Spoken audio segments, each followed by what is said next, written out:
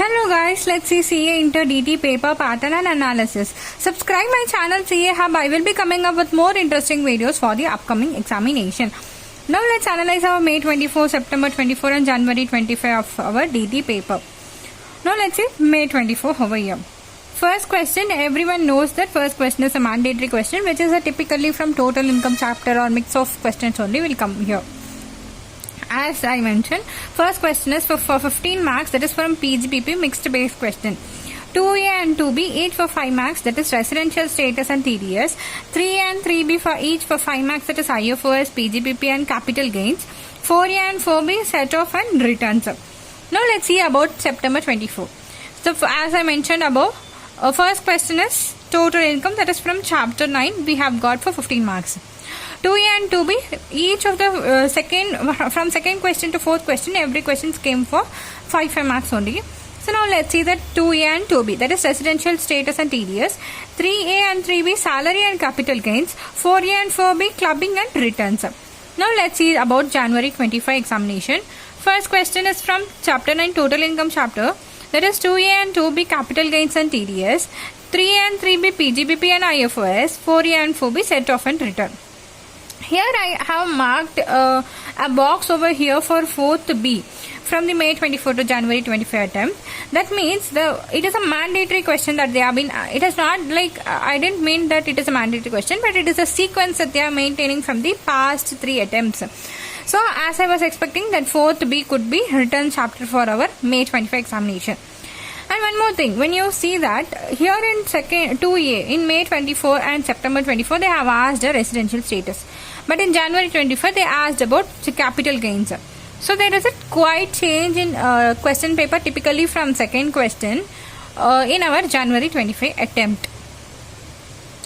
And also when you see 3 and 3B, these are the questions that they have been asking from the heads of the chapter. So basically what you have to know is third question is from the heads of the chapter, that could be any heads, okay. And 4th B could be return chapter. 2A we can actually expect residential status, also we can expect this like heads of the income. And first question, it might be the total income chapter or mixed base questions, whatever the will come for our first question. Here I have analyzed in detail with respect to non-head based chapter and head based chapter. Now let's see the head based chapters or what. It is basically house property, salary, PGBP, capital gains and IFOS. So head based chapter and all is like they have asked for 10 marks, that is IFOS, PGBP for 5 marks and capital gains for 5 marks. So it is 10 marks. And I have written the 15 marks, that is a compulsory question. Here we can't predict the paper, right? So here I have written simply 15 marks only. And as usual for September 24, if we analyze the head based concept chapter for 10 marks we have received, that is salary and capital gains for 5 marks, and the 15 marks is for first question. We have that is what I have written here. In the same concept, if we refer for our January 25 attempt, we have got our head based chapter for 15 marks. That is, here I have mentioned you, right, from the past 2 attempts we got residential status, but we are got for our heads of the income. So here it is 5 marks. Here 3 and 3B for each for 5 marks. That is totally 15 marks we have received from the head based chapter. And another 15 marks is from the first question. So non-head based chapter and all is 20 marks, 20 marks and 15 marks. By looking on it, that is 20 marks is like set off, return, TDS, residential status is 20 marks. Residential status, TDS, clubbing and return for 20 marks. Here TDS, set off and return is for 15 marks. From analyzing this head based chapter, non-head based chapter, you can assume that non-head based chapter can be maximum of more than or equal to 15 marks. It can be predicted. So either it can be same as usual how they have asked in January 25. We can expect like heads of the income in 2A also. So I was telling you that it can be more than or equal to 15 marks from our non-head based chapter. So in order to it, head based chapter can be less than 10 marks. Not less than 10 marks, less nor equal to 15 marks we can expect from our head based chapter. And then let's see our strategy. Strategy is non-head based chapter. As I have mentioned above here, we can expect like more than or equal to 15 marks from our non-head based chapter. And then if you even attempt your MCQs like for around, if you have been correct for 7 marks also, so 15 plus marks and 7 marks in question, mixed based question, you will be anyway solving the total income chapter. So here you can expect at least for 5 marks, that is totally you are getting 27 marks out of your 50 marks paper. And further, if you ask me like 70 to 80% of the paper prediction for May 25 examination, I will be telling you here about the paper prediction that I made from the past attempt analysis, including MTP, RTP also. So now let's see, the first question is 15 marks question, mixed base question also it is possible over here, or total income question also will be possible. And 2A and 2B 5 marks, that is here. When I say here January 25 attempt, we did not give and get a residential status in MCQ and even for the descriptive paper. So we can expect the residential status over this attempt.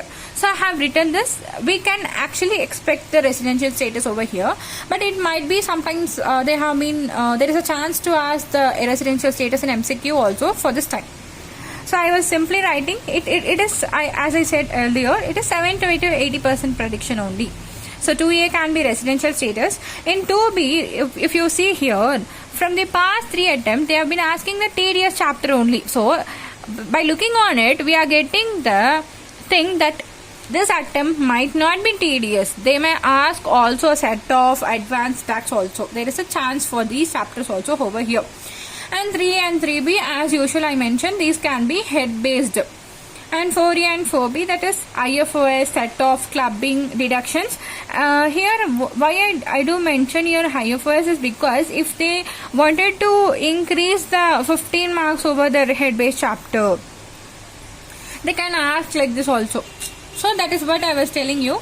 Here it might be IFOS, set off, clubbing and deductions. But 4B is it is a sequence that they are maintaining. 4B is 100% sure question that it will be coming from return chapter only.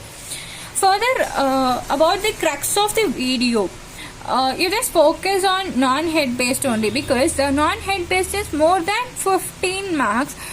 When you do your head based chapter, PGBP and all, it is somewhere big chapter. It could take a lot much of time more than non-head based chapter. So I was telling you, first you clear out of with non-head based chapter, then you go for the head based chapter. And also solve all ICA study material questions, because in first question, as I mentioned, in first question, many of the attempts they were asking from the study material questions only. But the students, what we are doing is, we are not practicing the study material questions, since we are deciding ourselves that study material questions and all will not be coming for our exam. So the assumption is wrong over here. So you have to focus on ICS study material question in order to solve your first question and all. And you have to must do is RTP and MTP. And very most important is your amendments. Most of the time amendments cover nearly like 10 marks over the examination paper, including MCQ. So amendments is that much important than what you are thinking. And finally, if I say 70 to 80% of the paper pattern is confirmed by this video. So there is no surprise to us in our examination hall. So 70 to 80% of the paper pattern is confirmed. Nearly like 20% of the paper pattern can be sometimes typically may change based on how ICA is preparing the question paper. So don't waste any of your time on watching the paper prediction, what are the important chapters. No, it is not at all required to watch the YouTube videos furthermore after watching this video. So you have to divide your syllabus, that is portion, to complete as non-head based chapter and head based chapter in order to get a good clarity. And trust the process, believe on your preparation. Thanks for watching the video and bye.